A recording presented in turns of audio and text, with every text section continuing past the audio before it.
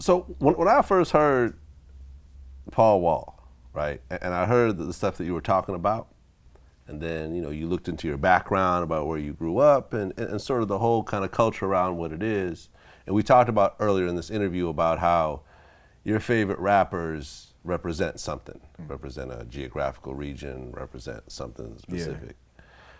Recently we had this interesting sort of thing happen in hip hop by the name of Slim Jesus. You already know that. Yeah. You've seen the video? Yep, I seen a couple of them. Did you see the interview? The Vlad TV interview? Yeah, I did see that. Yeah, okay, I saw it. So you're already familiar with what I didn't see the whole thing, but I saw parts of it. Okay, so when you first saw the Slim Jesus video, that was before you saw the interview, I assume, right? Yeah. What did you think when you first saw it? I didn't know what to think. Just I thought he was another artist coming out with some drill music. You know what I'm saying? The music, I didn't think it was bad or nothing like that, or what it looked like. I didn't, these days, man, you can't judge people based off of what they look like, because the style these days is different than the style back in the day. So if I was to judge somebody off of what they look like, everybody's whack. You know what I'm saying? Because the way I was brought up was different. You looked at the people who look these days like that's whack. We didn't do that type of stuff. So cultures change, things change. So you can't judge a book based off of what a cover or what it look like. So I don't judge people these days based off of how they dress or what they look like or where they from, these type of things. Just because in the internet, make everything local too. Well, everything is at your computer screen, at your keyboard, you know what I'm saying? Yeah. So if I want to know what's going on right now in Japan, all I got to do is log on to all the Japan websites, so all the Japanese websites, find out, and get into their social networks over there, and I can figure out what's, so it's the same thing with everything. I don't judge nobody based off what they look like. So you saw the video, you saw the guns and the laser scopes and everything. I definitely thought he was from Frank Block. He was a gangster. I definitely thought all of that. You definitely thought all that. Okay, so I'm going to play you a little piece of the interview that we did together. Why the gun lyrics? Like the whole song is basically about shooting guns. Yeah. And so forth. Why that shit's dope. If I rapped about driving around in a fucking car and like fucking listening to country music, nobody would give a fuck about that shit. Like, I make music about some shit because it sound cool. Like, I like making music. I make cool music. I don't know, like I already said, like I'm not out here claiming that I actually kill people. Like I put that shit on Twitter, like, duh, I'm not fucking stupid. I make music that like I want to listen to, the type of shit I listen to. This interview got 2.5 million views in like a week and a half. Damn. This was actually my biggest, it's not quite our biggest interview yet, although I think it might be at one point, but it got more views in a short period of time than anything I've ever done. Yeah. And I've interviewed like Nicki Minaj, and, Nelly, and people that sold tens of millions of albums and so forth. What's interesting about this interview is that he is the first rapper to actually publicly come out in the beginning and say, I make music. Like, granted, I hang out with people and shit, but that don't mean that I'm out here, doing some dumb shit trying to get, ruin what I got going. Like, I realize that if you got an opportunity to get out of, a spot, you shouldn't, be fucking around catching bodies and shit. How did you take that when you heard it? I think about it and I think, like, this is like why some of us, we miss Pimp C being gone so much, because you're like, damn, man, I wonder what Pimp C would say about this one, man. You know what I'm saying? I'm sure he'd have something to say about this. But, I don't knock nobody. If that's the kind of music he wants to make, if this is what you listen to and you want to be an artist, just like people who might do art, they might not necessarily kill nobody. They want to make a drawing about a gun or somebody killing, if you're art or whatever. But me personally, I won't listen to something like that. I want to listen to something where they speaking about something that's authentic, where this is what they represent, this is where they came from, this is what they did, this is what they experienced. So that's what they're speaking about, And I'm not saying all rappers have to have done because we all know every rapper exaggerated a little bit, you know what I'm saying? Yeah. But to go that far about it, you got to at least come from somewhere and, at least for me to listen to you, So, if you want to go ahead, let him do what he's doing. I'm not going to knock it. He not from, if it was a artist like that coming out of Houston doing that and saying that, then I don't know, I might feel different. We always feel different in Houston. We feel like, okay, man, if it ain't in Houston, then it don't even really matter to us because we got our own world. But if it was an artist coming out of Houston saying that, then I might, I might take it a more personal, like I feel like, You know, like I don't know him, so I ain't never did no music with him. So and I don't really listen to him because he didn't. I'm not. Much rather listen to Chief Keef, where I know he talking about what he talking about. He real what he talking about. Right. Lil Mouse, he look as young as Lil Mouse is. He real with what he talking about. You Yeah, feel me? So I definitely. listen to something like that. You know, whereas I'm not going to listen to somebody just like it's saying where I wouldn't listen to somebody who, you know what I'm saying, bragging about selling dope or whatever. You know all that type of stuff. If you ain't do all that, then man, you know, just hey. But hey, if that's what he do, girl, I ain't gonna knock it. Well, because you came from an area, and I feel that you actually take a lot of pride in representing a lifestyle that you have lived most of your life. Yeah. Right? Like I you could hear that in your interviews, in your music, and I'm sure if I go to your house, Yeah. I could see yeah, I yeah. could see the you're talking about the slabs and Yeah, all this other yeah. type of stuff. Like Yeah, it's one in the garage and one in the backyard. Yeah. Right. You're actually immersing yourself in this thing that you're creating, in the music that you're creating.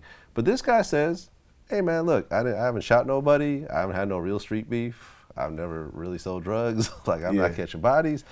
I think this stuff sounds cool. Yeah. So I'm gonna rap about killing people and That's kidnapping people and busting my gun and all that stuff. In hip hop, there's always like some sort of accountability where we got people, you know, they will only let you make it so far, you know, where if you're not really real about what you talking about, eventually it's gonna sizzle out anyway.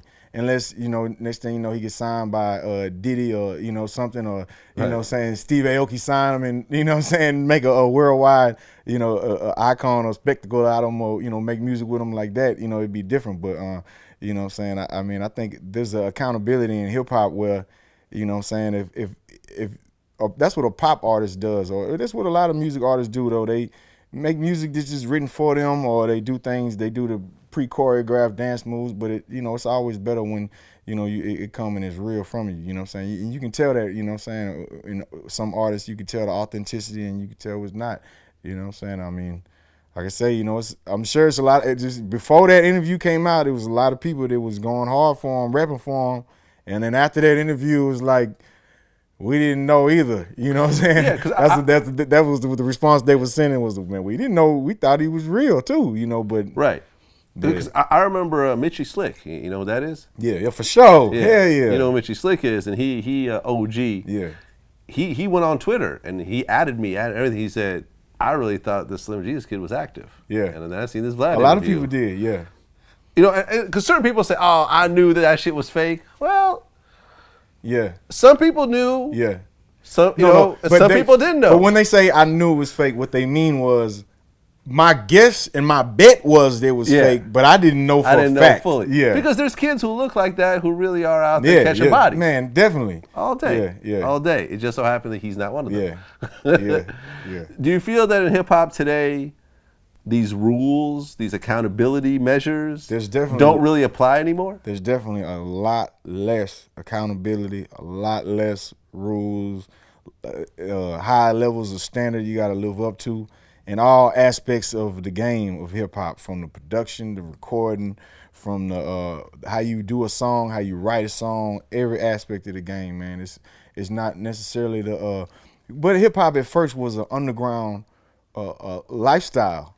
You know, it was an underground lifestyle, so there wasn't all these people, outside forces, trying to tell us how to be hip hop or tell hip hop how to be hip hop. Yeah. It was hip hop being hip hop, and it was just authentic and it was real. So that's where the accountability came from. You know what I'm saying? When the checks start getting wrote, you know, you start bending the rules a little bit. You know, you bend the accountability a little bit. I might go and let them pass if you cutting me that check. You know, I'm sure, you know, shit, if the check big enough, I do a song with Slim G's. You gonna tell me you wouldn't do a song with Slim G's right now? Someone give you $20 million? You wouldn't do it? Shit. Even Mitchie Slick, he active with a motherfucker. He'll probably do a song with Slim G's. Somebody gave him $100 million. You think he wouldn't? Shit, man. Here's what's interesting. And when I put this out, I wasn't quite sure what was gonna happen. But what actually surprised me, because when you look through all the comments, There's the majority of the comments that say, I appreciate his honesty. Yeah. In fact, I think more people were mad at me for being mean to him. Oh, like, yeah, like you. Oh, how you go, grill Like, he him wrote the way him, you yeah, did it. yeah. Like, you know, that's so mean. Yeah.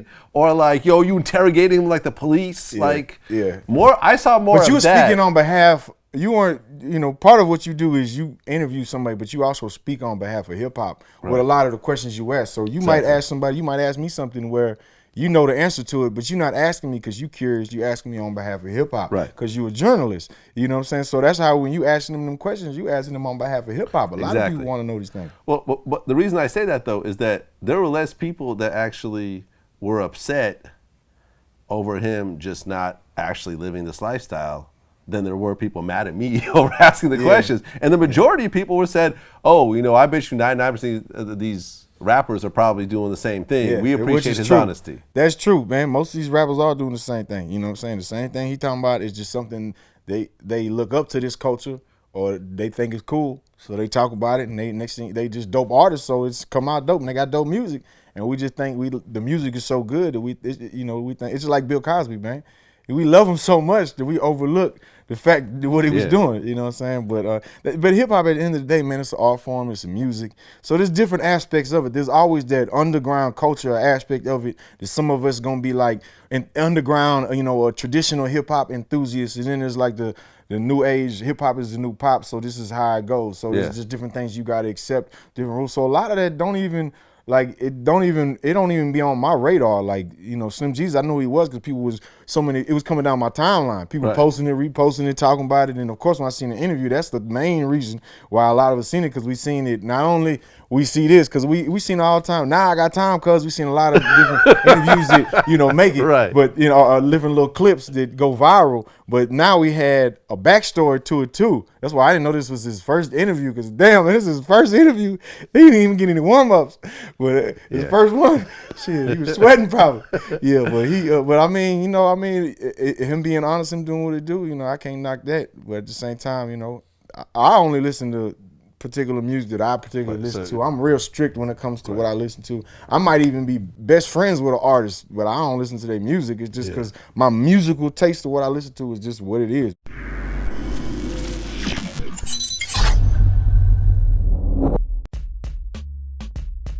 They got pressed by Taxi G, big homie. Like, yo, we don't like that video. We don't like something that Dice made towards my mans. He shouldn't have said nothing. It's either P Dice or it's all of y'all. Like, we want problems. And as long as he's in y'all squad, we want problems with y'all. WAP said, he gotta go. Fredro Starr won by default. Keith Murray defeated himself. And I'm up for a rematch right now, anytime.